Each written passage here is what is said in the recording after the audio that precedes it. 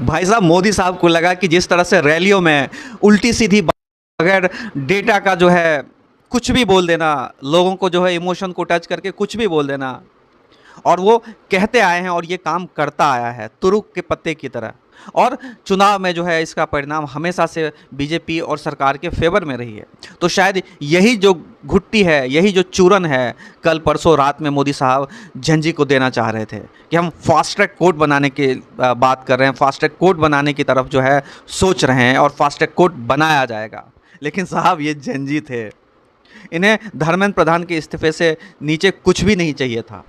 और फाइनली जो है धर्मेंद्र प्रधान का इस्तीफ़ा हुआ। धर्मेंद्र प्रधान ने इस्तीफ़ा जो है मोदी साहब को भेज दिया है और ये एक झंझी की जीत है। दोस्तों, इसको जो है लोकतंत्र की जीत के तौर पे हम देख सकते हैं। लेकिन अब एक संवाद गया है पूरे भारत को, और ये बहुत महत्वपूर्ण बात है कि क्या अगर कहीं देश में भ्रष्टाचार होता है और ये साफ दिखता है कि अगर किसी मंत्रालय का किसी मंत्री की नाकामी है, और इस नाकामी को रोकने के लिए क्या हर बार जनता को, हर बार छात्रों को सड़कों पे आना पड़ेगा? क्या सरकार इसकी अकाउंटेबिलिटी लेगी? क्या सरकार सुनिश्चित करेगी कि अगर किसी भी मंत्रालय में अगर इस तरह का जो फेल्योर होता है तो सबसे पहले उस मंत्री का जो है इस्तीफ़ा लिया जाएगा?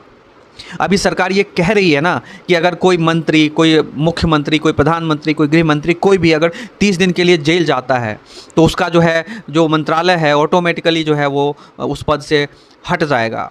तो अगर किसी मंत्री के मंत्रालय के अंदर इस तरह की अगर चूक होती है, इस तरह का अगर फेल्योर होता है, तो ये भी नियम लाना चाहिए कि उस मंत्री का, उस मंत्रालय का जो है, उस मंत्री का पद जो है स्वतः जो है बर्खास्त हो जाएगा। ऐसा होना चाहिए। और अगर ये होता है तो यकीन मानो दोस्तों, झंझी को, किसी भी भारतीय नागरिक को सड़कों पे नहीं आना पड़ेगा। और ये जो मैनिपुलेशन चलता है वोटिंग में, मोदी साहब आपसे विनती है, आप भारत के लिए काम करना शुरू कर दीजिए। ये जो रैलियों में सैकड़ों बार आप अपनी पार्टी को मजबूत करने में लगे हुए हैं, आप मत भूलिए कि जब आप चुनाव जीत जाते हैं तो आप सिर्फ बीजेपी के नहीं रह जाते, आप पूरे भारत के रहते हैं। और जब आप पूरे भारत के रहते हैं तो आप किसी दूसरी पार्टी की आलोचना कैसे कर सकते हैं?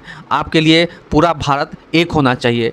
और दूसरी तरफ आप इसका ठीक उल्टा करते हो, आप बीजेपी को मजबूत करने में अपनी तमाम एनर्जी लगा रहे हो और देश को मजबूत करने में शायद वो एनर्जी कहाँ है, दिखती नहीं है।